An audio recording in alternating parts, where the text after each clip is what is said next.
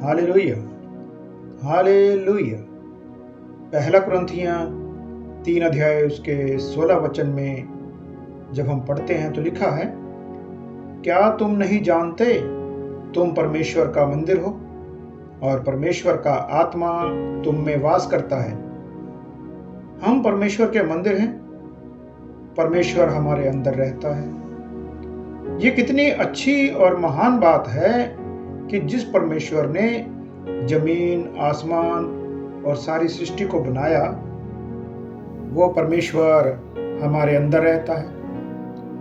लेकिन शैतान नहीं चाहता कि हम इस बात को याद रखें कि परमेश्वर हमारे अंदर रहता है। शैतान की यही कोशिश रहती है कि हम ये बात भूल जाएं और परमेश्वर को हम अपने अंदर महसूस ना करें और पाप में गिर जाएं। शैतान हमारी सोच को बदल देता है। अगर हम हमेशा इसी विचार में रहें कि परमेश्वर हमारे अंदर रहता है, तो हम कभी भी पाप में नहीं गिरेंगे।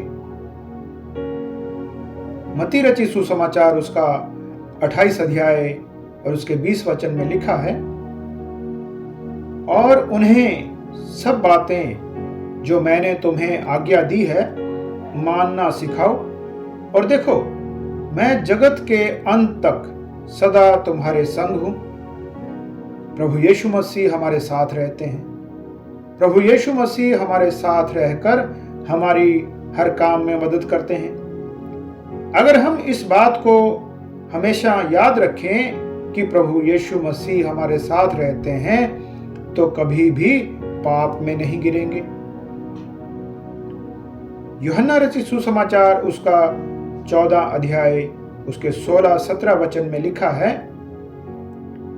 मैं पिता से विनती करूंगा और वह तुम्हें एक और सहायक देगा कि वह सदा तुम्हारे साथ रहे, अर्थात सत्य का आत्मा, जिसे संसार ग्रहण नहीं कर सकता, क्योंकि वह न उसे देखता है और ना उसे जानता है।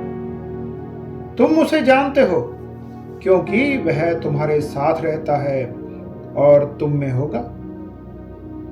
संसार प्रभु यीशु मसीह पर विश्वास नहीं करता, इसलिए संसार के लोग दुष्ट आत्मा के चलाए चलते हैं। सत्य का आत्मा सिर्फ हमारे साथ है, क्योंकि हम प्रभु यीशु मसीह पर विश्वास करते हैं कि वह हमारा मुक्तिदाता है।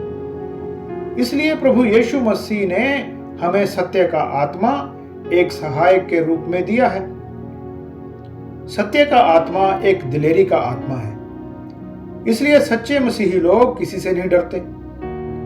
आपके आसपास ऐसे बहुत से लोग मिल जाएंगे जो अपने भाई बहन रिश्तेदारों से डरते रहते हैं कि वो हमें कहेंगे तुम मसीही बन गए। ऐसे लोगों के लिए हमें प्रार्थना करनी चाहिए कि वो सच्चे मन से प्रभु यीशु मसीह पर विश्वास कर पाएं, ताकि उनकी भी सत्य का आत्मा अगुवाई करे और वो भी दिलेरी से प्रभु यीशु मसीह की गवाही दे सकें। इफिसियों 2 अध्याय उसके 13 वचन जब हम पढ़ते हैं तो लिखा है, पर अब मसीह यीशु में तुम जो पहले दूर थे, मसीह के लहू के द्वारा निकट हो गए हो।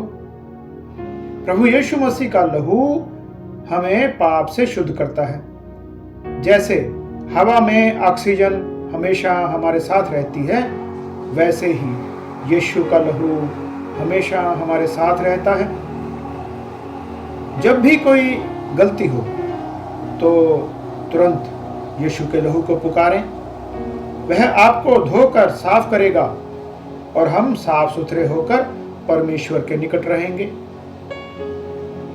इब्रानियां 1 अध्याय उसके 13-14 वचन में लिखा है, और स्वर्गदूतों में से उसने किससे कब कहा, तू मेरे दाहिने बैठ, जब तक कि मैं तेरे बैरियों को तेरे पांव के नीचे की पीढ़ी न कर दूं। क्या वे सब सेवा टहल करने वाली आत्माएं नहीं, जो उद्धार पाने वालों के लिए सेवा करने को भेजी जाती हैं।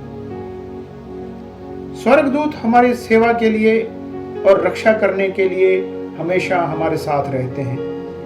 किसी भी शैतानी शक्ति से इसीलिए हमारी हानि नहीं होती।